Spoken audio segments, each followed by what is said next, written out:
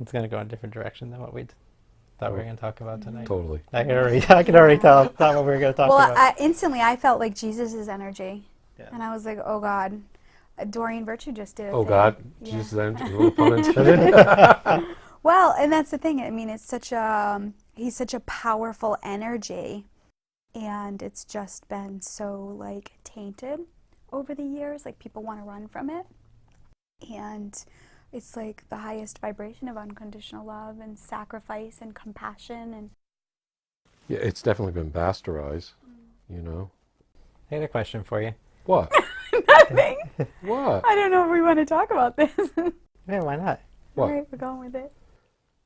Yeah, I'm just saying, like, you know, people, I mean, you know, we talk about the Christ consciousness, okay, as, you know, not necessarily getting into the religious aspects of it, but the consciousness of Christ, the loving, you know, a pure love and loving being. And a lot of people use that term or that name, and they don't use it in the way it's meant to be. Yeah. You know what Well, I mean? Christ Well- consciousness isn't Jesus. Yeah. No, exactly. Christ consciousness It's is an energy. that Christ figure. Right. You know. So the Buddha is Christ, you know, the Krishna is Christ, Jesus is Christ. It's kind of like the martial arts when you call your mentor or guide sensei. So it's the same kind of energy as like it's a respectable title. Right, but it stands for something. Yes, You know, absolutely. so people have a tendency to kind of warp it whatever way they want to, you know. And I think it's unfortunate too because I think it pushes people away from the love.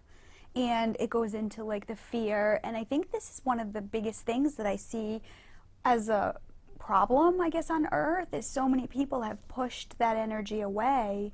And as we talked about in other podcasts, other videos, it's you're either in the love or you're in the fear. And I think people like us are really trying to help connect and reconnect people with the love part of it, the authenticity, the genuine part of it, where the fear part has been such a drive and is played on so many people's insecurities. It's been a challenge, you know, kind of.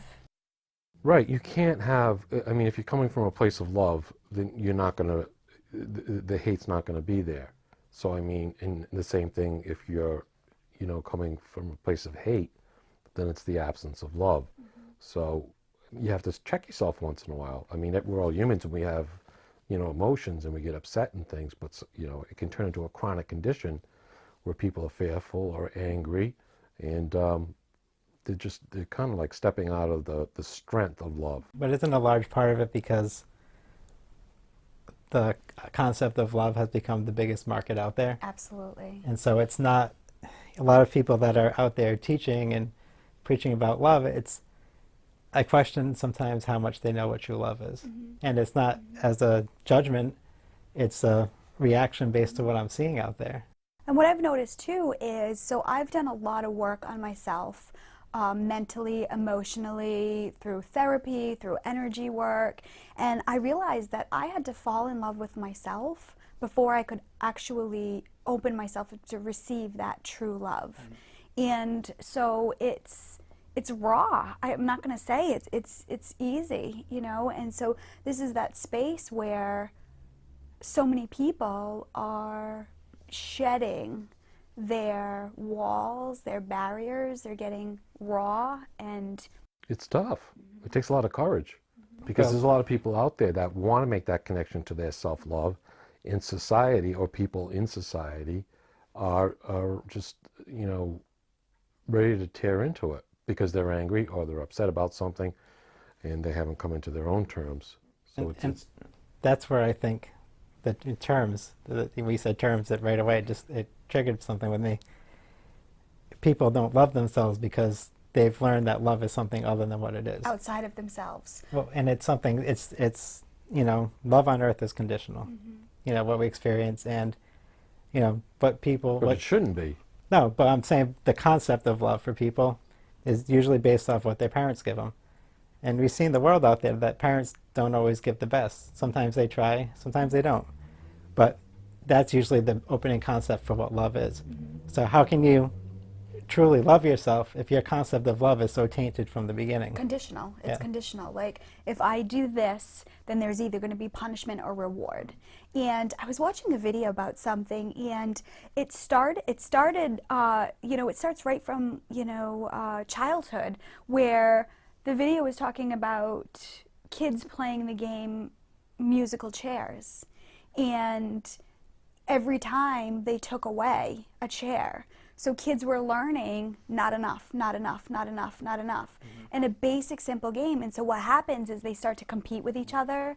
They start to want to hover over the chairs, you It's like know. Lord of the Flies. And so, Yeah, well, right. this is the thing. I think we're conditioned and not even realizing, especially people who are empaths, sensitive to energy.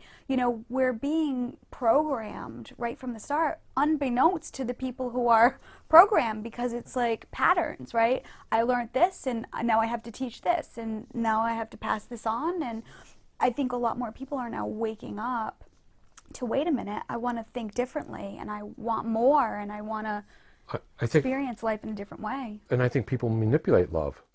It can get them what they want. So they kind of use it as a weapon, which is like anti-love. You know what I mean? It's like the opposite. It becomes addictive, that space of okay, let me manipulate, because they feed off of that Right. That's vibration. Exactly. But again, the motive for that is because they don't feel the love. Absolutely. Right. So there's something missing. There's something that they need to find, and it fills that void for a Right. little bit when they take power over other people. Yeah. And That's right. It fills the void. You nailed it right there. It's not the same energy, not at all. but it fills the void of an energy. But it's a never-ending. It's like a bottomless pit you'll never fill. Yeah, it's like And how sugar. do You you burn know? off quickly, but you got to keep eating sugar because you burn it off quickly. Exactly. How do you know if you've never experienced it too? Yeah. You've got so many people out there who have never experienced love. They think they've had. I think this is why the divorce rate is so high, and there's so many challenges, because we're chasing this love that's here, right? This unconditional love vibration that comes from source, creator, God, right? It's like chasing something outside that's already within us. And you're never going to find it if you don't have it, in Inside. yourself. If you're not giving it out, you're not going to be able to get it. On the If you biggest, give it out, you'll be able to experience it. So I a lot of times, especially we lately and in modern times and stuff about animals, like certain pets, unconditional love. Yeah. You give this pet unconditional love, that pet's going to give you unconditional love. Even if you don't give it love, the pet's going to give you unconditional love. And so it's kind of, that's the closest some people have. But when it comes to their kids or a friend, they treat their animals better than they do their fellow human beings. Because why? They're receiving back that unconditional love. This is why grief is so hard when you lose a pet, because there's this connection, right? And let's think about it too, is animals don't communicate, with words. They communicate telepathically. I certainly know everything my dog needs. I know when he needs to go out. I know when he needs to eat. I know when he just wants me to sit down and for him to sit with me, So, Yeah. But this is how we connect with unconditional love. This is how we connect with God. It's a feeling, right? It's an energy that we're connected to without words. As Right.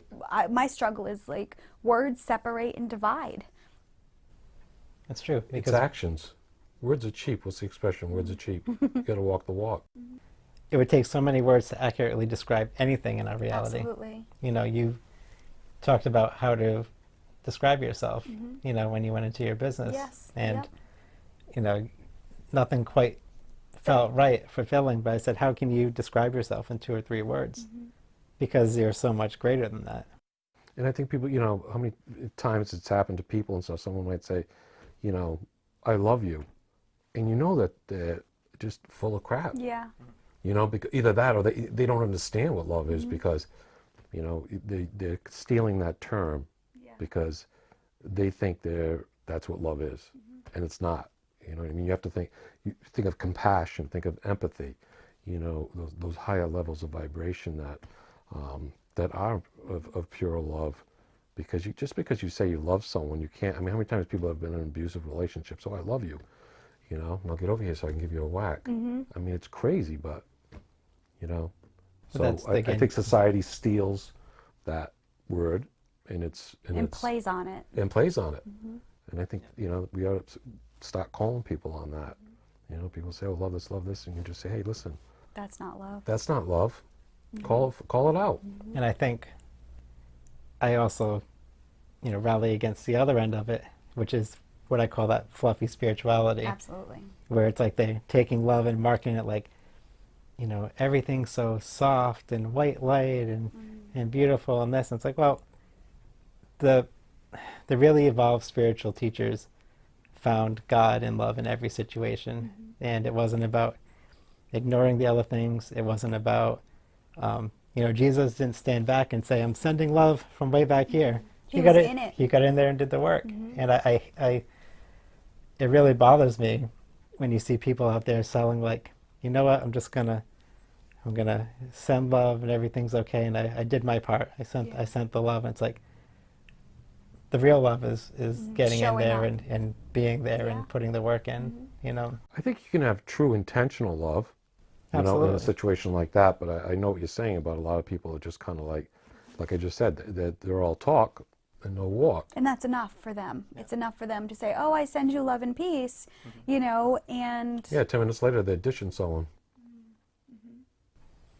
for me, I've been sitting with the idea and the energy of God and what that means, and him being like the father energy, as we know, and as we talked about parents being conditional love, and my challenges growing up with the fear of punishment or not good enough to go to God, and so I find that God, he's like the perfect parent, so he lets us struggle, he lets us have challenges, he lets us feel joy and excitement, and he's always there for us, and so I was thinking about that, and so parents sometimes they want to jump in and fix and save and change and make better, and I realized that the pain that I've gone through and the struggles have made me who I am today, and I feel like God realizes that too and says, okay, you might need to have challenges a little bit or have pain or struggle, but it's not a bad thing.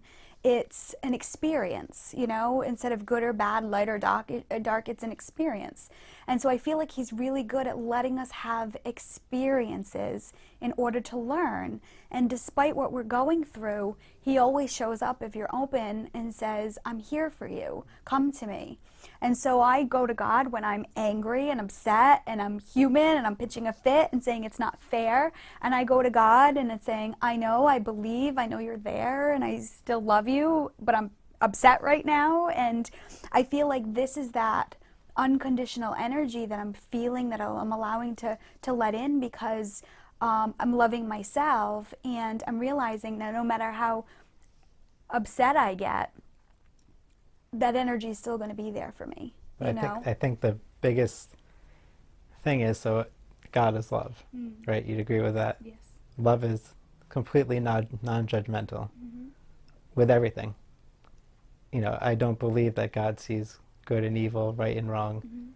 That's my personal belief, because if there's no judgment, then you make your choices, things happen to you, and God says it's all okay. Yep. It's all within my realm. It all exists within the love, and your experience of it might be painful, but the reality of it's not pain. I think it's each person's how they interpret it or how they practice it in their own lives. I mean, that's important.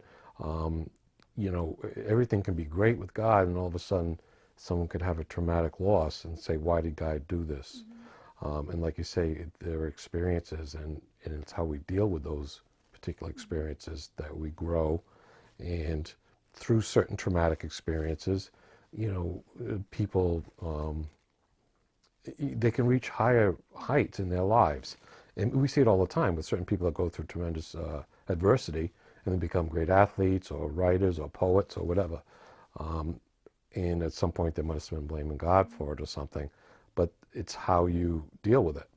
I think people are quick to blame. Oh, yeah. You know, instead of taking personal responsibility and saying, okay, this is maybe the evolution of the soul, or maybe this is the life path. And that does not take away from grief, because it's still hard, you know. But when people are so quick to blame God, well, why did God take my son? Or why did God take my dad? Or why did God take my pet? You know, and it's like we're so quick to blame and be angry, but that festers, right? It's like a virus, and it pushes you farther and farther away from that love, right? And then you start to become angry and bitter, and this energy settles in. And if people can see God as an energy and a support system, and we really need to maybe kind of go within and see the dynamics of why we're here on this planet, and what experiences, or what I'm going to, like, how am I going to grow from this, or what's the opportunity? Because, I mean, as you know, as a medium, Spirit always says, we want you to be happy. You know, yes, we've had this experience, but we still want you to live and be happy. And, you know, no spirit has ever told me that I want you to suffer and cry for me every single day. Right. You know, no spirit has ever said that you deserve that pain. Right. They acknowledge why they're there. They understand it, even though it can't always be translated. Right. Right? And their message is always to bring peace to their loved one, you know? They're like mission control. It's like we're astronauts, and I don't mean that in the sense like, you know, on a different planet or something, but it's like we're out on a mission, and they're central command. And so when we need something or something happens, you call back to central command. You know what I mean? Okay, the helicopter crashed, or, you know, we need more oxygen, or whatever it is. In our cases, it might be I need more support, or why didn't I get that job? We call back to source, central command.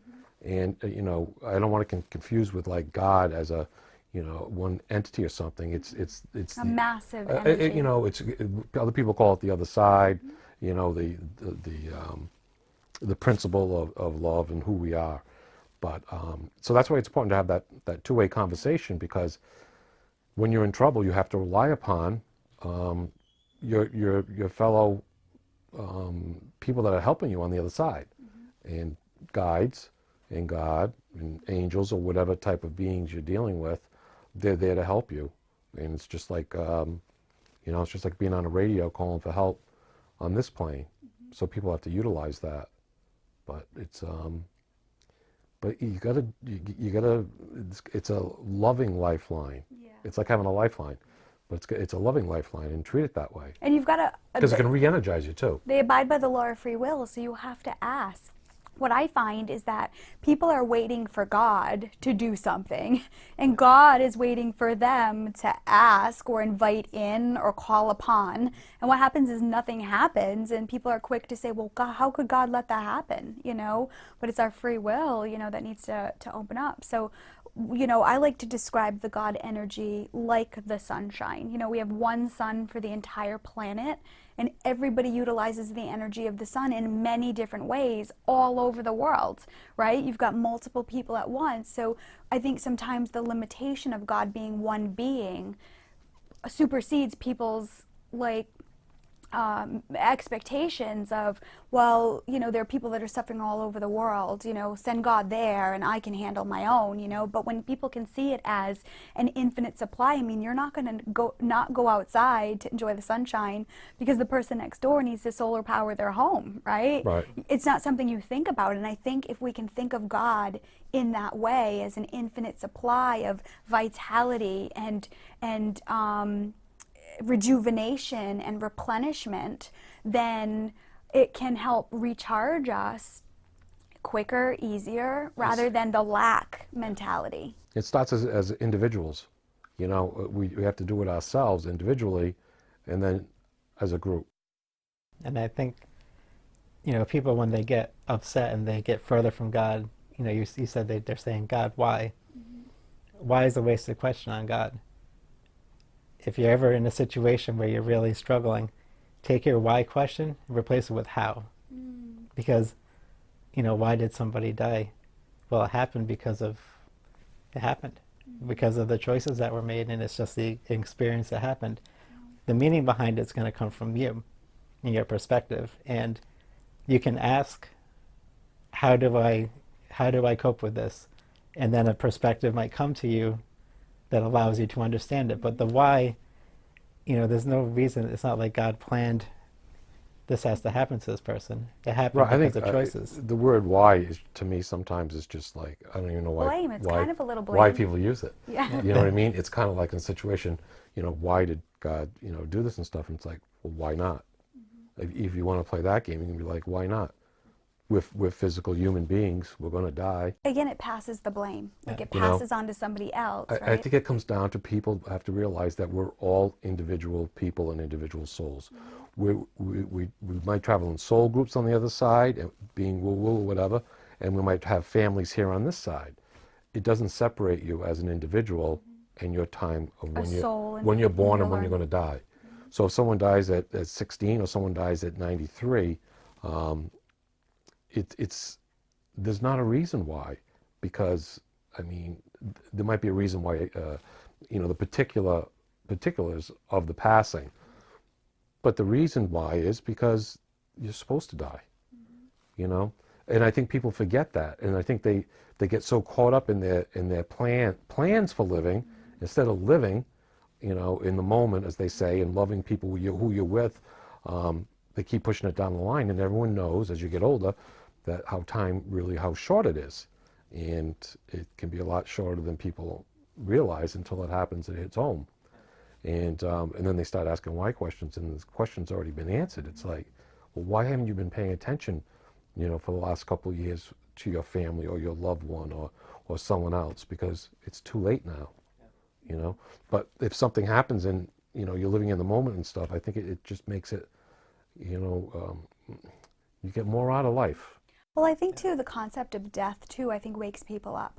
So we're seeing a lot of young people dying in car crashes and suicides and overdoses, and I believe there's this disconnect with many people, and I feel like these souls that are dying, usually they've been very well liked, they've been beautiful souls, they've been this, they've been that, and what's happening is now that they're on the other side, their peers that they've left behind are now awakening to, well, where is he or where is she, and how can this happen? And it's asking, it's kind of provoking questions, right? Because let's face it, we've got generations who are growing up without any faith, any basis or any, and again, now we've got like the materialistic world that's even bigger because people are, that's how they're feeding this love or they're feeding this energy, and I think these souls,